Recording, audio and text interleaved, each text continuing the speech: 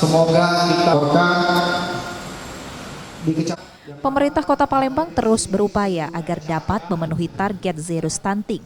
Pemerintah Kota Palembang juga menegaskan tidak boleh ada anak-anak di Kota Palembang yang menderita stunting. Untuk itu, pemerintah Kota Palembang terus melibatkan sejumlah pihak terkait untuk memenuhi target zero stunting tersebut.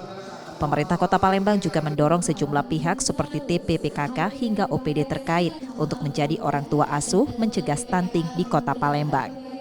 Pemkot Palembang menilai diperlukan bantuan makanan bergizi dan vitamin bagi anak-anak di Kota Palembang. Ya kita ada pakai CSR juga, ya kan ada. Makanya tadi saya bilang kan orang tua asuh, ya kan. Jadi stunting itu kan masalahnya kita harus mencegah jangan sampai terjadi ini, ya kan. Kalau yang sudah terjadi ini kita obatin, bagaimana ini biar nggak berkelanjutan, itu masih bisa ditolong kalau dari segi medis.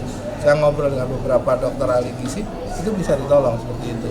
Nah, ini yang kita lakukan, mencegah dan juga mengobati. Untuk mengatasi stunting ini, pemerintah Kota Palembang mengedepankan langkah pencegahan dan pengobatan. Nur Muhammad, Kompas TV, Palembang, Sumatera Selatan.